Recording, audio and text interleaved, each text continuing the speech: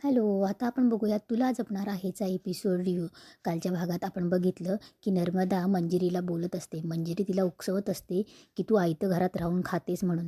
तेव्हा नर्मदा बोलते की वहिनी, बोलायचं असेल तर नीट बोल. हे माझ्या आईबापांचं पण घर आहे आणि मला खोटं बोलायला, मला इथे फुकटचं खायला, मला काही रस्त्यावर उचलून आणलेलं नाही आहे. या दोघींचे भांडणं चालू असतात. सगळे घरात बघत असतात. तेवढ्यात दादासाहेब येतात आणि दादासाहेब बोलतात की मंजिरी, काय चाललं आहे तुमचं?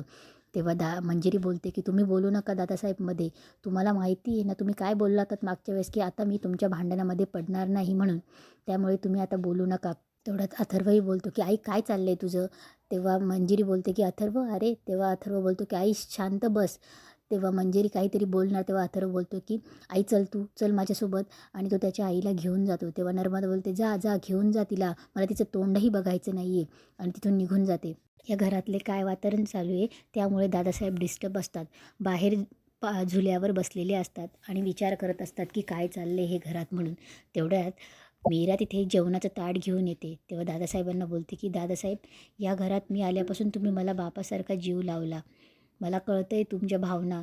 दादासाहेब, जेवण करून घ्या. त्या दादासाहेब बोलतात की नाही नाही मीरा, मला भूक नाही आहे. तेव्हा मंजिरी बोलते की दादासाहेब, तुम्ही मला बापासारखे आहात आणि मग या लेकीच्या हातून तुम्ही जेवणही नाही करणार. तेव्हा मंजिरी हातातला घास दादासाहेबांना भरवते. दादासाहेब तिथून उठतात आणि उभं राहतात. तेवढं तिथे अथर्व येतो. अथर्व बोलतो की बाबा, भांडणं झाली आहे, मान्य आहे ना मला भांडणं झाली, पण तुला माहिती का मीरा, लहानपणी काय व्हायचं आमच्या घरात? आमच्या घरात जर कधी भांडणं झाली ना, तर बाबा माहोल कसे चेंज करायचे माहिती का? एक तर अंताक्षरी खेळायचे, नाही तर आम्हाला कुठेतरी नाटकाला घेऊन जायचे म्हणून. तेव्हा मीरा बोलते हो, आता मी बाबांची जागा मी घेणार आहे. आपण संध्याकाळी ना सगळे अंताक्षरी खेळू. बघा बाबा, आई आणि आत्या आहे ना बोलेल सुद्धा आणि ते दोघं नाचतील सुद्धा.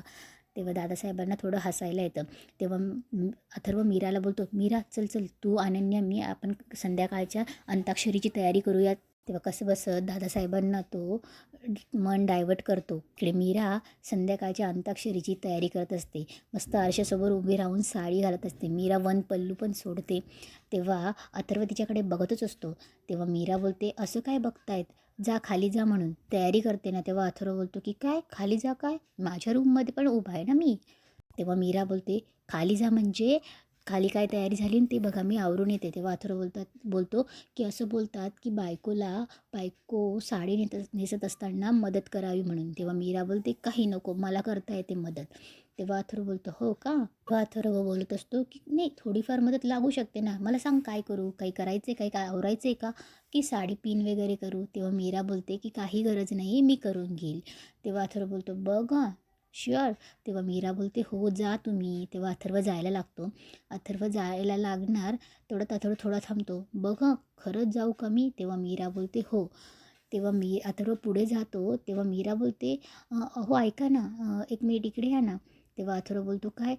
तेव्हा मीरा बोलते की पण जाऊ द्या, तुम्हाला नाही जमणार. तेव्हा अथर्व बोलतो काय नाही जमणार, तुम्हाला चॅलेंज करते का? तेव्हा मीरा बोलते मला ना ह्या निऱ्या ठीक करायच्या होत्या. तेव्हा अथर्व बोलतो की हो का, तू विसरली आहेस का? याच्या आधी मी तुला तुझ्या साडीच्या निऱ्या ठीक करून दिल्या आहेत म्हणून. तेव्हा मीरा बोलते हो का, मला नाही आठवत असं काहीतरी. तेव्हा अथर्व बोलतो की मग चांगलंच आहे ना, तुला नाही आठवत तर माझ्यासाठी चांगलंच आहे. तेव्हा अथर्व तिच्या साडीच्या निऱ्या ठीक करत असतो. तेव्हा मीरा त्याच्याकडे बघते. तेव्हा बोलते की काय हो, जमतं आहे का? तेव्हा अथर्व बोलतो की तू ना डोळे मीट बरं, मला ना थोडंसं अनकम्फर्टेबल फील होतं आहे. तेव्हा मीरा बोलते नाही हं, मी डोळे वगैरे काही मिटणार नाही. तेव्हा अथर्व बोलतो की मीट ना जरा. तेव्हा मीरा बोलते की बरं ठीक आहे. तेव्हा अथर्व तिच्या निऱ्या ठीक करत असतो. मीरा हळूहळू बघत असते. अथर्वाचं लक्ष गेलं की पुन्हा डोळे मिटवून घेते. तेव्हा नीरा ठीक झाल्यावर मीराला अथर्व बोलतो की उघड आता डोळे. तेव्हा मीरा बघते आणि बोलते की अरे वा, छान केल्यात तुम्ही. तेव्हा अथर्व उभं राहतो आणि तेव्हा मीरा बोलते की बस झालं, जा. तेव्हा अथर्व जायला लागतो. तेव्हा अथर्व बोलतो की तू चॅलेंज करतेस ना मला, उगाचच चॅलेंज करत होती की मला काही येत नाही म्हणून, माझ्यावर शंका घेत होती. तेव्हा मीरा बोलते की शंका नाही घेतले तर मग तुम्ही माझ्या जवळ कसं येणार? तेव्हा अथर्वला खूप भारी वाटतं. अथर्व मीराकडे बघतो आणि बोलतो काय काय काय, जवळ कसं येणार नाही, पण त्यात शंका घ्यायची काय गरज आहे, मी असंही तुझ्या जवळ येऊ शकतो ना. तेव्हा अथर्व तिच्या जवळ जातून बोलतो की सांग किती जवळ येऊ तुझ्या, अजून जवळ येऊ, अजून जवळ येऊ. तेव्हा मीरा सांगत असते की जाओ तुम्ही. तेव्हा अथर्वला मीरा बाजूला करते. परत वेदा धावत धावत येते आणि वेदा बोलते की आई बाबा, माझी ठमी कुठे आहे? तेव्हा मीरा आणि अथर्व एकमेकांकडे बघतात. तेव्हा अथर्व बोलतो की अगं ठमीची काय गरज आहे तुला, ठमीपेक्षा ना बघ माझ्यासाठी काय गंमत आली. तेव्हा मीरा बोलते तेव्हा मीराही बोलते अगं वेदा, बाबांनी बघ तुझ्यासाठी काय आणलं ते, ठमीपेक्षा भारी आणलं काहीतरी. तेव्हा वेदा बोलते नाही नाही नाही, मला माझी ठमीच पाहिजे कारण की ती मॅजिकवाली ठमी आहे आणि मला तीच हवी आहे. तेव्हा अथर्व बोलतो अगं बघ तरी मी काय आणले. तेव्हा अथर्व बॉक्समधून तिला गिफ्ट काढून देतो आणि मीरा बोलते काय हे. तेव्हा अथर्व बोलतो डॉक्टर सेट.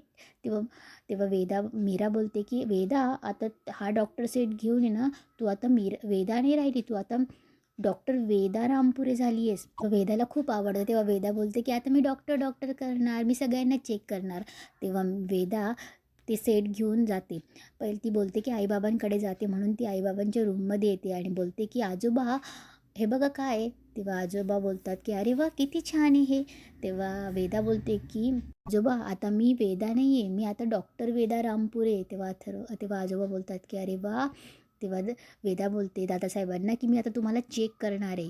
तेव्हा दादासाहेब बोलतात की बरं ठीक आहे. तेव्हा वेदा दादासाहेबांना चेक करत असते आणि बोलते की हां थोडं इन्फेक्शन आहे सर्दी खोकल्याचं, बाहेरचं काही खाऊ नका हां, आणि थोडा वेळ आराम करा. तेवढ्यात दादासाहेबांना फोन येतो. तेव्हा वेदा बोलते की आजोबा डॉक्टरच्या केबिनमध्ये आल्यावर फोन अलाउड नसतो आणि आजारी असताना तर फोन यूजच करू नये. तेव्हा दादासाहेब बोलतात हो गं बाळा, पण वेदा मला महत्त्वाचा कॉल आहे, मी घेतो हां. आणि दादासाहेब जातात. तेव्हा मंजिरीही जायला लागते. वेदा पटकन मंजिरीला पकडते आणि बोलते की आजी चल ना, मला तुला चेक करायचं आहे.